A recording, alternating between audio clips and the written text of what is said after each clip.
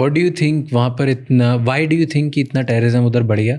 क्योंकि जो world wide narrative है वो ये है कि पाकिस्तान टेररिस्ट भेजता है इंडिया में और चीज़ें करता है, right? This is the narrative, this is what we all know. तो जब पाकिस्तान टेररिस्ट ट्रेन करके यहाँ भेजता है तो उनकी खुद की कंट्री में टेररिज्म कैसे क्यों हुआ ना, ये समझने की बात है। जब रशियन आर्मी आई ना अफगानिस्तान में, तो अमेरिका तो तब cold war was at its peak, Russia came into Afghanistan. अब अमेरिका को लगा they will come into Pakistan and Russia को वार्म वाटर्स चाहिए। तो ये 200 साल पुराना हिस्टोरिकल फैक्ट है। अफगान तो they feel this is the shortest route to get warm waters and ports here in this. तो अफगानिस्तान में कम्युनिस्ट रूल था, तो कम्युनिस्ट फेवरेबल, तो जो है यूएसएसआर की रेड आर्मी वॉक्ड इन। अब अमेरिका ने क्या किया, CIA ने पाकिस्तान आर्मी को यूज़ किया। तब तक पाकिस्तान आर्मी को ये जिहाद का और इस चीज़ का कोई टेररिज्म कोई आइडिया नहीं था। इनको बोला यार अब तुम ना एक फोर्स तैयार करो जो इनके साथ लड़ेगी रशियंस के साथ। तो इन्होंने तालिबान रेज किया। तो जो वहाँ नौकरी नहीं कोई नहीं, जिहाद के नाम पे जो है अफगान पाकिस्तान से उन्होंने फंड किया, CIA ने ट्रेन किया, ISI ने हजार लोगों के कैंप लगाते थे, उनको AK-40 पैसा CIA का। तो ISI ने सीखा टेररिज्म कैसे बनाना, उनको अमेरिका से सीखा उन्होंने, और उन्होंने वो इस्तेमाल किया रशिया पे। रशिया 8-9 साल में they got a bloody nose, they backed out, they lost. अब जो तालिबान आ गए वहां पावर में, अब जो जिसको आदत होगी वेपन की और चौधरी बनने की, वो थोड़ी रुकेगा। अब तो वो जहर फैल चुका है और रायता फैल चुका था। वो पाकिस्तान आज भी भुगत रहा है इस चीज से कि they can control some narrative, some terrorist की भाई तुम इंडिया में करो, लेकिन कोई कहता नहीं मैं तो पहले तेरे को ठोकूंगा, पहले मैंने यहां निजाम लेके आना है पहले फौज को ठीक करना है। So this is such a dangerous game. That is how Pakistan is getting it back from by their own policies, their own. अब तुम अगर रोज यहाँ पे तुम सिखा दो गली में लड़कों को पत्थर फेंकने का, वो उसके घर पे मारना है, कुछ दिन के बाद इनमें ही कोई लीडर बनेगा नहीं, पहले तेरे को ठीक मारे, तेरे को आसान है मारना, चल हटाओ। So that is the most insecure institution. Raj, मैं तुम्हारे पॉडकास्ट में स्टेटमेंट बना रहा हूँ, you know which is the most insecure institution, जबकि Pakistan survives on their army। फौज है तो सब कुछ है वहाँ, बस most insecure is Pakistan army, navy and air force. But you are telling me कि टेररिज्म तालिबान ये अमेरिका ने बनाया?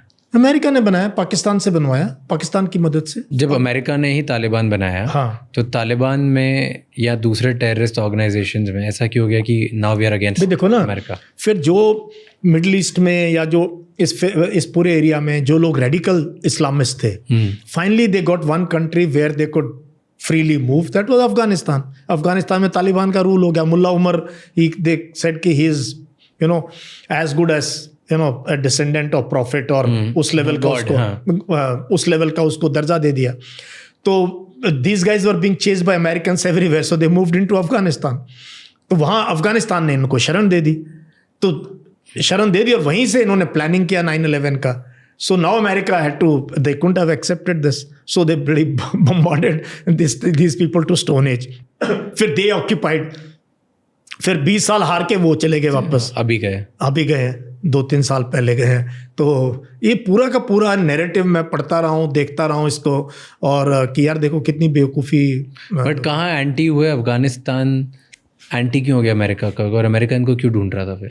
नहीं, क्योंकि वो दे शेल्टर्ड ओसामा एंड ऑल ना, तो दे वर शेल्टरिंग अल-कायदा।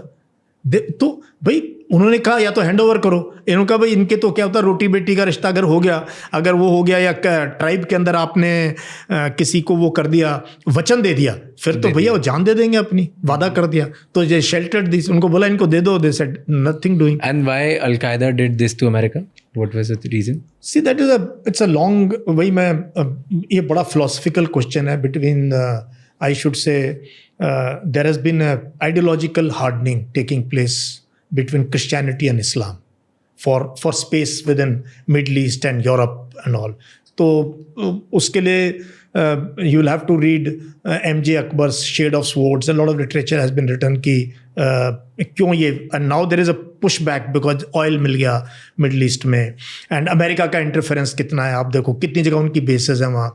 ब्रिटिश ने वहाँ पूरा ये जो पैलेस्टीन की आज भी प्रॉब्लम चल रही, सारी ब्रिटिश की देन है। तो white man has has really blood borders बनाए हैं वहाँ पे हर जगह, इराक में, ईरान में, पैलेस्टीन, हर जगह इनका रोल रहा है.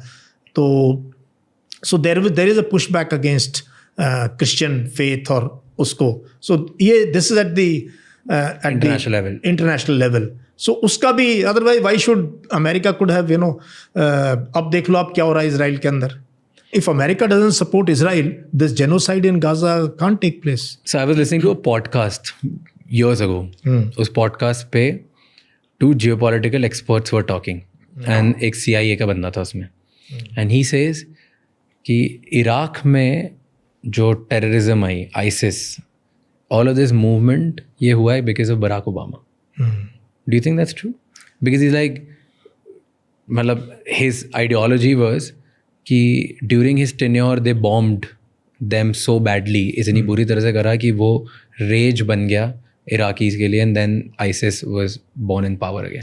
सी ऑल ऑफ देम ना, मैं तो ये पूरा when I read this narrative ना, वेस्ट वर्सेस ईस्ट कह लो या इस्लाम वर्सेस क्रिश्चियनिटी कह लो, तो इसमें मैं देखता हूँ कि यार बहुत देयर इज़ नो, मतलब there was no pragmatic leadership at any stage. Otherwise see how many millions of people. America औरों को लेक्चर देता है ह्यूमन राइट्स पे. हम खुद अमेरिका जाते हैं और बड़ी अच्छी चीज़ें उस देश की, but I always say they only know one God, that is fire power. बहुत ज़्यादा फायर पावर यूज़ करते हैं भाई वो तो.